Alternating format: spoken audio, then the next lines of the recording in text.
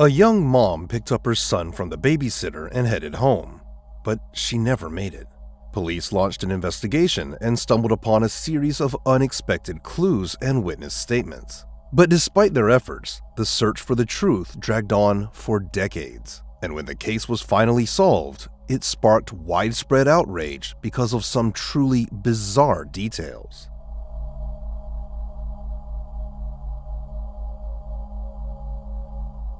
Stacey Ann Falcon was born on October 23, 1971, in Renton, Washington. She grew up in a loving family and had an older brother, but eventually her parents split up. Stacey was a cheerful, outgoing girl with a big circle of friends. During high school, she met a guy named John and they started dating. Soon after graduation, they decided to move to California, and a few years later, they welcomed their son, Jacob.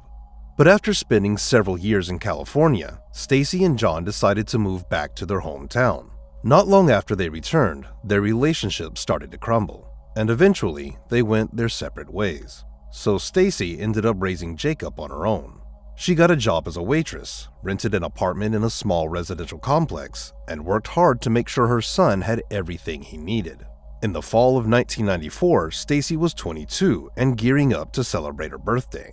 On October 23rd, she decided to surprise her mom by stopping by with her son. Even though they lived in the same city, Stacey's place was pretty far away, and her busy work schedule didn't leave much time for visits. That day, they celebrated her birthday together, and later, Stacey and Jacob headed home.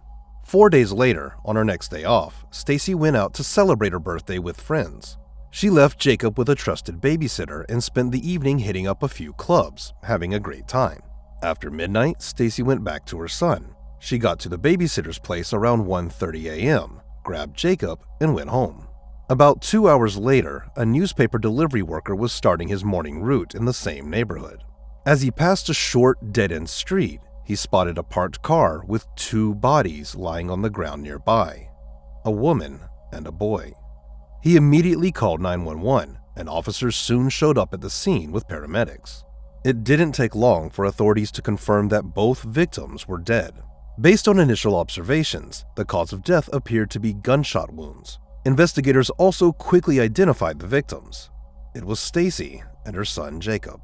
Detectives began examining the crime scene, trying to piece together what had happened. Near the car, they found several bullet casings, as well as Stacey's belongings, including her cell phone inside the car. One detail immediately stood out as particularly strange. Both Stacey and Jacob's shoes were found several yards away from the car. It seemed like the killer had deliberately taken off their shoes, but no one could figure out why. What puzzled investigators even more was that Stacey's wallet and jewelry had been left untouched, making robbery an unlikely motive. Another strange detail at the crime scene was the discovery of 3 white buttons that didn't seem to belong to Stacey. This led investigators to believe they might have been left behind by the killer. The car keys were found wedged between the door and the driver's seat. Nearby, police also discovered used tape. This led investigators to believe that the killer's original plan might have been to steal the car, leaving Stacey and Jacob tied up. But when the perpetrator couldn't find the keys right away, things may have taken a deadly turn. Once the bodies were handed over to the medical examiners, they confirmed that both victims had died from gunshot wounds. Stacey's body also showed multiple defensive wounds, indicating she had fought back against the attacker. This theory was further supported by the dirt on her socks and the trampled grass near the car. Investigators believed Stacey might have managed to break free from the assailant and even get into the car, but she didn't have time to drive away. The attacker pulled out a gun, shot both Stacey and Jacob, and then dragged their bodies onto the road. The medical examiners also found no evidence of SA, ruling out that as a possible motive. After wrapping up at the crime scene, the police started canvassing the neighborhood, hoping to find witnesses. A few residents mentioned hearing a woman scream and gunshots around 2:11 a.m., but none of them had called the police. They explained that the area wasn't exactly safe, and the sound of gunfire wasn't uncommon. Unfortunately, none of the neighbors could provide any additional information because they didn't see anything. With all the information they had, police ruled out 2 major motives: robbery and SA. They shifted their focus to potential suspects within Stacy's inner circle and decided to talk to her mother. That morning, she was working her shift at a cafe when detectives showed up to deliver the horrible news. As expected, her reaction was devastating. Overcome with grief, she ran out of the cafe, sprinting several blocks before collapsing on the ground in tears. Once officers managed to calm her down, they began asking if she could think of anyone who might have wanted to harm her daughter. The detectives first learned that Stacy had once lived in the same apartment complex as the babysitter she had left Jacob with that night, but Stacy decided to move out after hearing gunshots near her home one evening. Since then, she had been living in a different neighborhood, but would occasionally leave her son with the trusted babysitter. Next, her mother mentioned that at the time of her death, Stacy was dating a man named Rich. According to her, the relationship seemed pretty normal. Rich got along well with Jacob and spent most of his time living at his own place. The detectives went to speak with Rich, and he told them that he had spent the evening at a bar near Stacy's apartment complex. Later that night, while Stacy was still out celebrating her birthday with friends, he went to her place and fell asleep there as he didn't feel like driving back to his own apartment after a few drinks. Rich claimed that he woke up early in the morning and initially didn't think much of the fact that Stacy and Jacob weren't home. He assumed they must have come back while he was asleep and then left early without waking him. Rich denied any involvement in the murders and agreed to take a polygraph test. However, the results were inconclusive. The operator flagged several questionable responses, which kept him on the list of potential suspects. Even so, there was no direct evidence linking him to the crime. Witnesses at the bar confirmed seeing him there that evening, and investigators couldn't identify any clear motive for him to harm Stacy or Jacob. With no solid leads, the detectives decided to dig deeper into Stacy's personal life. They turned their attention to Stacy's ex-husband, Jacob's father. He told them that on the night of the murder, he had gone out drinking with friends, then returned home, played pool with his roommate, and went to bed. His friends backed up his story, but just like with Rich, his polygraph results raised some red flags. Still, there was no evidence linking him to the crime. Forensic experts examined Stacy's car and all the belongings found at the scene, but they couldn't uncover any foreign DNA or fingerprints. With no direct leads, investigators were left at a standstill and had to dig further into the case. Not long after, they received a call from a local hospital about a suspicious man who had shown up in the middle of the night wearing blood-stained clothes. Detectives immediately went to question him and collected his clothing for DNA testing. The man claimed he had gotten into a fight with his girlfriend and denied any involvement in the murders.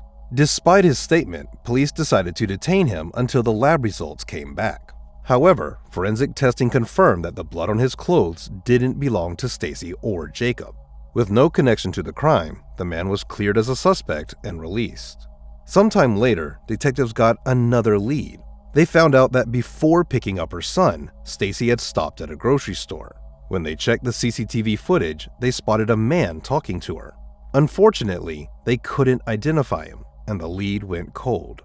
The next clue came from Stacy's phone. Investigators found that the last incoming call she received was from a man named Scott.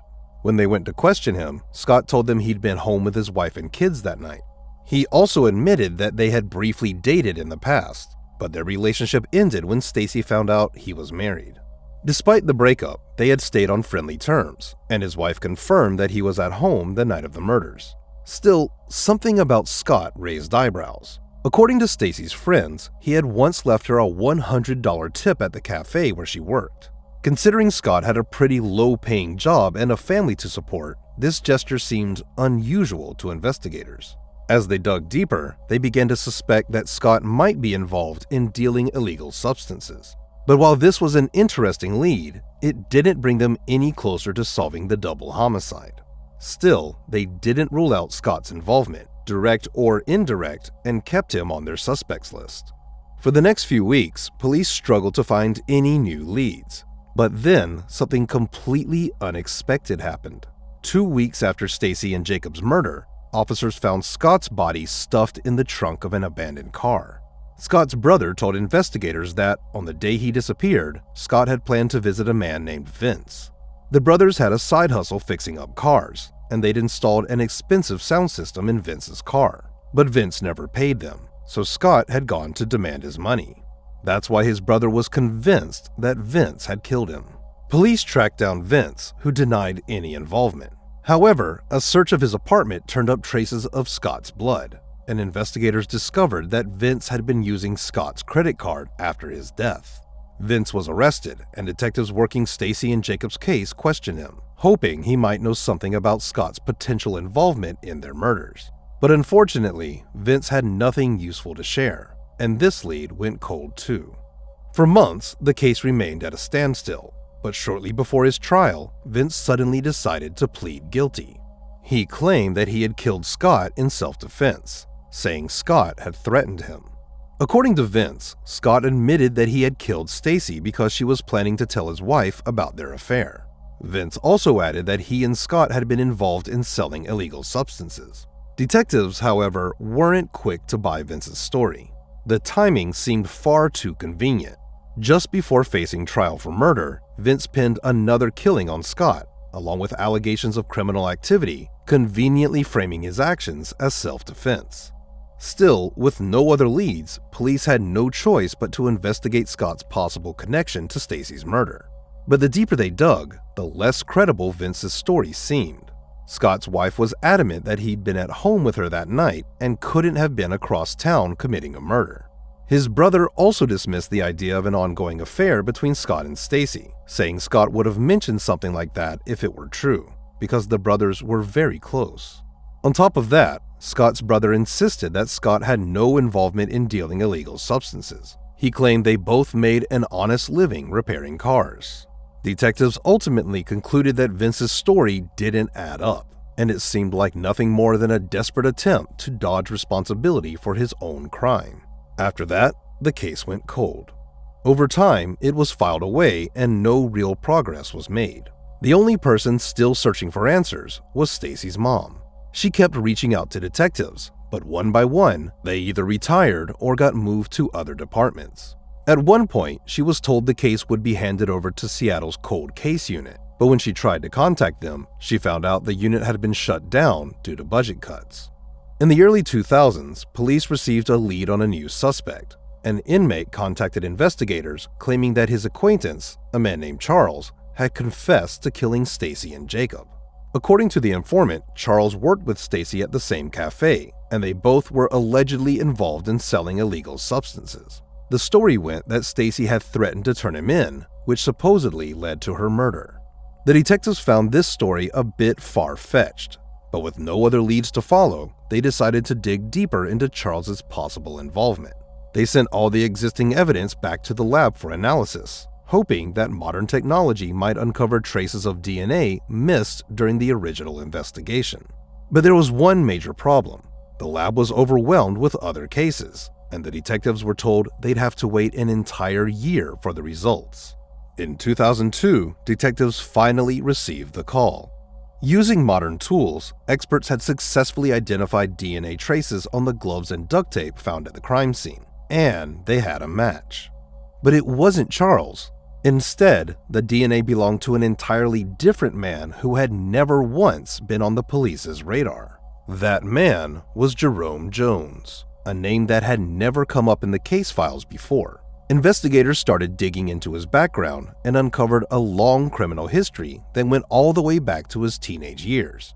Jones had been arrested for robberies, assaults, car thefts, and drug-related offenses. Then, in 1995, just a year after Stacy and Jacob's murders, Jones and an accomplice killed a businessman outside his home in California.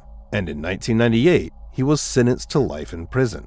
Detectives also discovered that in 1994, Jones had been living in the same apartment complex where Stacy had lived before moving out due to safety concerns, and where her babysitter lived at the time of the murders. Even more chilling, Jones had worked at the club where Stacy had celebrated her birthday with friends. Detectives traveled to another state to question Jones in prison, but he denied any involvement in the murders. Every following attempt to get him to talk led nowhere. Yet a direct DNA analysis confirmed that the biological material found on the gloves and duct tape at the crime scene belonged to him. However, there was a major problem. The DNA on the gloves and tape was considered circumstantial evidence. The detectives knew it wouldn't be enough to secure a conviction. So, they requested an analysis of the biological samples taken from the victims' bodies during the initial investigation, which had been preserved in storage. This time, the experts made a breakthrough. In the samples taken from Stacy's mouth, they identified biological material that matched Jones's DNA. This not only further confirmed his involvement, but also indicated that Stacy had been the victim of SA. Soon, more evidence surfaced. Jones's DNA was also found under Stacy's fingernails, providing yet another link that tied him directly to the murders. With all the evidence in hand, detectives approached a district attorney to discuss filing murder charges against Jones. But they faced an unexpected setback. The DA wasn't convinced the existing evidence was strong enough to directly tie Jones to the double murder. So, he asked crime scene experts to reconstruct the crime scene using the new evidence, hoping to get a clearer picture of how Jones could be connected to the crime. What happened next remains unclear, but for some reason, the case came to a standstill. It's unknown whether the DA's request for a crime scene reconstruction was ever carried out, but in the end, no charges were brought against Jones. Perhaps the investigators felt less urgency to pursue the case since Jones was already serving time for another murder, or they feared that the available evidence wasn't enough to secure a conviction. As a result, the case was shelved again, despite multiple DNA matches connecting Jones to the crime. But the saddest thing is, the police never informed Stacy's mother about these developments, even though she had been tirelessly pushing for any progress in the investigation. For years, Stacy's mother continued reaching out to investigators, but over time, the officers changed, and she eventually lost contact with anyone responsible for the case. Determined to find answers, she began reviewing all the available information on the case with the help of her sister. This effort stretched over 15 years, until, in 2017, her sister passed away. From that point on, Stacy's mother carried on the search alone, but every attempt to achieve justice led to a dead end. In 2019, a journalist from Seattle got interested in the case. He contacted Stacy's mother and began digging into the investigation. Eventually, he discovered that the police had matched DNA from the victim's body to Jerome Jones more than 15 years earlier. Shocked by this revelation, he was baffled as to why no charges had ever been filed against Jones despite such compelling evidence. When he shared this information with Stacy's mother, she was devastated. She couldn't believe that, all this time, the police had a suspect tied to the case by multiple DNA samples, yet failed to act on it. The journalist reached out to a former detective who had worked on the case during those years and asked why Stacy's mother hadn't been informed about the DNA match. The detective explained that the evidence seemed too inconclusive at the time to draw definitive conclusions. He also admitted that he had been handling numerous cases simultaneously and simply didn't have the time. The journalist then asked the district attorney the same question. He responded that it wasn't his responsibility to notify victims' families about case developments, so it hadn't even crossed his mind to reach out to her. Finally, the journalist compiled all the available information into a detailed article. The story caused a significant public outcry, almost instantly reigniting interest in Stacy and Jacob's case. When the new team of detectives reviewed the evidence gathered by their predecessors, they too were stunned that no charges had been filed against Jerome Jones and began preparing the case for trial. Around this time, things took a rather unfortunate turn. Jerome Jones, who was still serving time for another murder, was granted parole, even though he was supposed to remain behind bars until at least 2030. This created a sense of urgency for the detectives and the prosecution, so they rushed to bring charges against him before he could be released. By early 2022, they finally brought official charges, and Jones was arrested. Right after his release from the California prison, he was extradited to Washington and placed in custody while awaiting trial. Unfortunately, Stacy's mother did not live to see the day when the man responsible for her daughter's and grandson's death would be held accountable. She passed away just 4 months after Jones's arrest. Despite this, the prosecution was determined to see the case through to the end and secure justice for Stacy and her son. Based on all the available evidence, they presented their version of events regarding what had likely happened that fateful night. According to investigators, Jones allegedly attacked the woman almost immediately after she left the babysitter's house. He either forced her to pull over by threatening her with a weapon, or she stopped for some reason, and that's when Jones approached her car. Based on the prosecutor's theory, Jones's initial plan was to steal her car, but in the process, he decided to SA Stacy. He forced her out of the vehicle and tied her hands, but she managed to break free during the struggle. She ran back to the car where her son had been sitting the whole time, and that's when Jones shot them both. After that, he dragged their bodies out onto the road, planning to drive off in the car, but he couldn't find the keys. They were wedged between the seat and the door. In the end, he fled the scene, leaving behind several pieces of DNA evidence. During the preliminary hearings in May 2023, Jones pleaded not guilty, and the prosecution began preparing for trial. As of now, the trial hasn't started yet, and Jones is still behind bars. But with the evidence they've got, there's little doubt about his involvement, and if the jury finds him guilty, he's facing a life sentence. So, this case is finally coming to its logical conclusion, even if it took 3 decades to get here. The crazy part is, Jones probably could have been charged as early as 2002, just 8 years after the murder. But for reasons that still aren't clear, it took a full 20 years to bring charges against him. Even though Jones has been in prison the whole time, Stacy's mom spent years in the dark, heartbroken that she couldn't get justice for her daughter and grandson. And now, as Jones might finally be officially convicted of their murders, she won't be around to see it. Share your thoughts on this story in the comments section, and don't forget to press the like button if you enjoyed my video. Thank you for watching.